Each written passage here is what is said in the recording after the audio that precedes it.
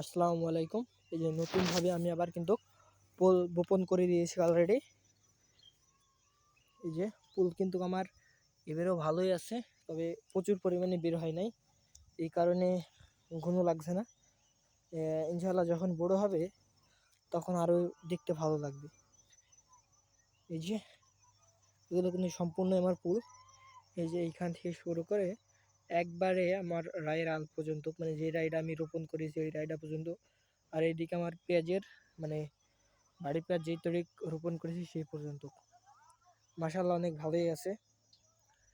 তো এই যে আমি দেখাই, এই যে কেমন গুটি হয়েছে, স্বল্প পরিমাণে গুটি হয়েছে। ইনশাল্লাহ এবারও ভালো হবে, তবে লিথিয়াম ঘাস প্রচুর পরিমাণে।